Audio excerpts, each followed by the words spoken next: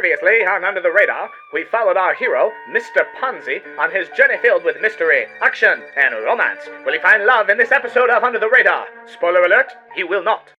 I don't wanna know, baby. I don't wanna know, yeah. Welcome back to Under the Radar, guys. Today we are going to be reviewing Pokemon Mystery Dungeon Blue Rescue Team. And before we get into the review, I actually want to show you guys a blooper. I had originally intended to involve my dog in that skit that y'all just saw, but he was not taking to actually doing it. Let me just put this on your head, dude. I need jokes. I need jokes. Stay. Hey, let me just. There you go. Hey, it's okay, Papa. Look at Dad. I just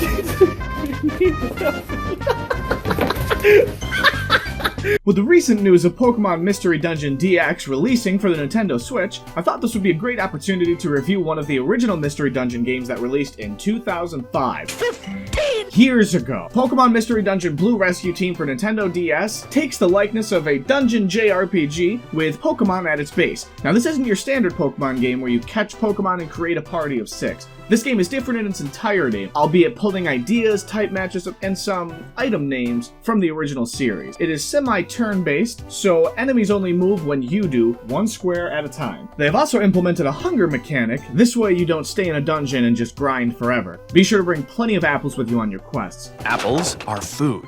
As within your standard dungeon RPG, every level has multiple floors either going up or going down. These floors seem to be randomly generated. I don't recall seeing multiple same floors twice, but I could also be wrong. Although the game gives you the feel of free-flowing combat, once in battle, everyone has turns. Whether you use your turn to attack, move a square, use an item, you can only use an action once before your opponent can use an action. There are some moves, however, that will allow you to use multiple actions at a turn, with agility being a solid example. Boss fights can get extremely tedious when they used agility, which was always. Every boss was tedious. And then I just overleveled and became death. I will destroy you!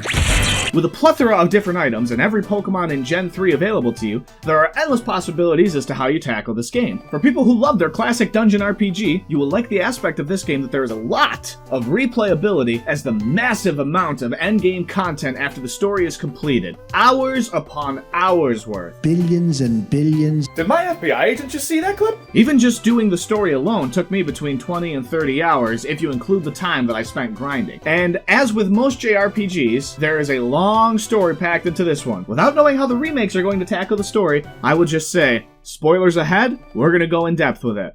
Dive on in. Only allowing a party of 4, the game starts you out by asking you a series of random questions as seen on the screen. Depending on how you answer, that is the Pokemon that you will play as. I began playing the game as Totodile, and then chose Cyndaquil as my partner in crime. I didn't purposely choose 2 Gen 2 starters, but the Gen 2 starters are some of my favorites, so my inner 5-year-old was drowning in nostalgia, what can I say? We wake up as our starter Pokemon. Hey, you.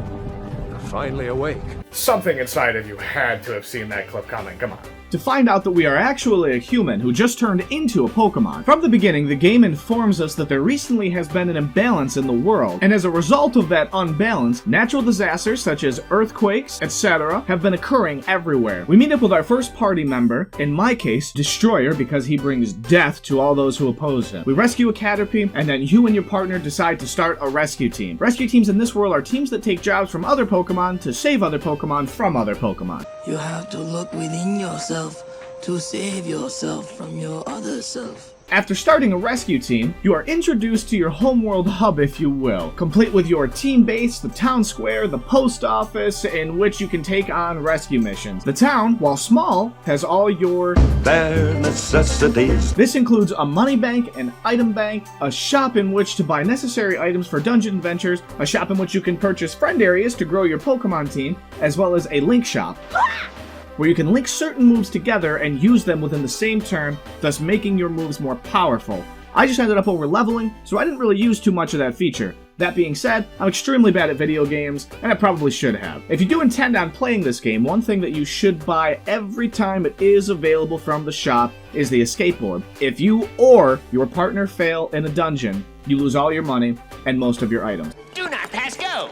Do not collect $200! You also cannot leave a dungeon until you complete it, or a mission within said dungeon. Having the escape orb comes in handy in a pinch if you need to get out of a dungeon, and the shop doesn't always have them. Also, keep some orange berries on you at all times as well, and apples. This is what makes having the item storage bank so important. You can just put as much as you want in there and only bring a handful of each on your journeys. Nothing wrong with storing up a little bit as you progress through the game. Inside of the Homeworld Hub, there is also Wishcash Pond, in which you can evolve after you've completed the main story. And then there is the Makuhita Dungeon, an area of training in which you have to complete in order to 100% this game. 85%! 90!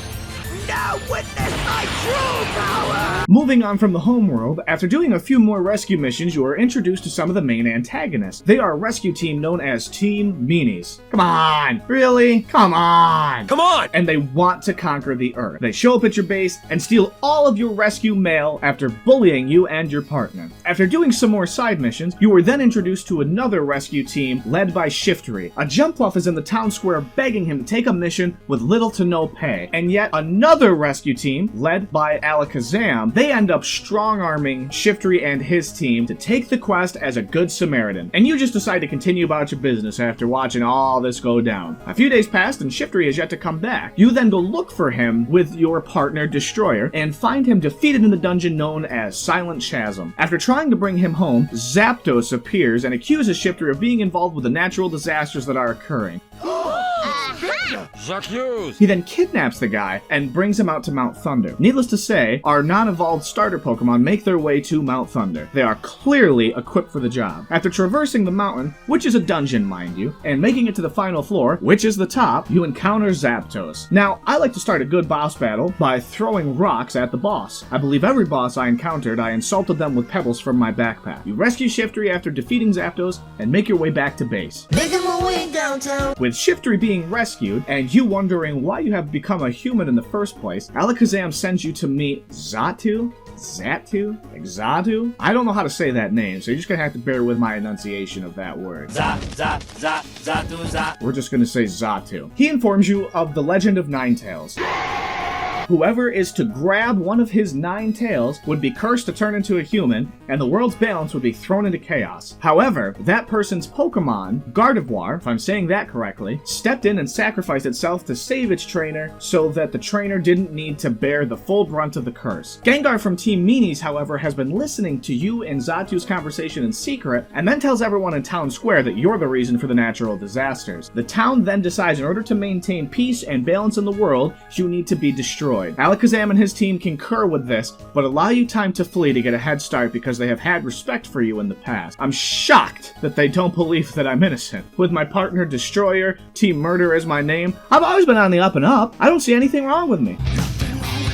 Your partner makes the decision to follow you, knowing full well that he has in fact agreed to be a fugitive. And they're gonna lock us up forever! Now that you two are on the lam, in order to escape your pursuers, you both decide to plow through areas that would be difficult for your standard, typical Pokemon to traverse. You find your way to Lapis Cave and clear the dungeon to the other side. After losing a lot of pursuers, but with more on the way, you end up making your way to Mount Blaze. Within Mount Blaze, the evidence of natural disasters is there as well. And on top of that mountain, you encounter Moltres. Moltres then points the finger at you, and as always, throw rocks at him until he submits. Once defeated in combat, he lets you pass, stating that you must solve the mystery of natural disasters. Days go by, and you and Destroyer find yourselves in the Frosty Forest. After clearing the Frosty Forest, and no, not in the deforestation sort of way, You're a monster! you encounter Articuno. After defeating him for the same reason that you had to defeat Moltres, he lets you pass only with Absol stepping in to vouch for you and your partner. With the same hopes that Moltres has for you, he sends you on your way and Absol joins the party. As the journey begins to get colder, your team finds themselves at Mount Freeze. After traversing the harshness that is Mount Freeze, your party encounters a dead end. Alakazam and his party finally close in on you and murder the lot of you. Nah, I'm just kidding. Ninetales from the legend shows up and tells everyone that the legend of the curse is true. However, you are not the human that was cursed into being a Pokemon. You have another purpose. Earthquakes begin to go haywire as Groudon awakens during your conversation. Alakazam's team then leaves Mount Freeze to go to Magma Cavern, and you head back to base. Once back in town, Gengar and his gang are discredited, and with a face like that, how could you not trust that Gengar? And you get to return to your normal duties. After doing some more side missions, why not? Why not? And Wobbuffet, or as I like to say Wabafay. If you look at it, it's a Waba and then Buffet, so it all flows together. Ask you to defeat the Mankeys that have been bullying them in Uproar Forest. Once defeated, they follow you back to town, and you pacify them by giving them peeled chestnuts. And in exchange for those peeled chestnuts and their pacification, they remodel your home base. Once they have 2 more, That's a lot of nuts! they then complete the work. Way nicer than it was before, that is for sure. While all this is going on, you discover that Alakazam and his team has not come home. The town gathers up 3 more strong warriors, Blastoise, Golem, and Octillery, to go save them. After a few more days, they come home defeated. Then the town agrees to send 2 Pokemon who have never evolved, Totodile and Cyndaquil, out there to defeat Groudon, that no one of a higher level could defeat. But you're established warriors, so clearly you are ready. Oh yeah, it's all coming together. You and Destroyer make your way to Mount Magma and traverse all 20 plus floors to finally meet Groudon. Now before you do this, make sure to load up on a couple of Mega Elixirs as well as apples and Oran Berries. I know I've stated that earlier, but I really cannot stress the importance of it. Make sure you've got an Escape Orb too, because you could get screwed. Revive Seeds are also a must.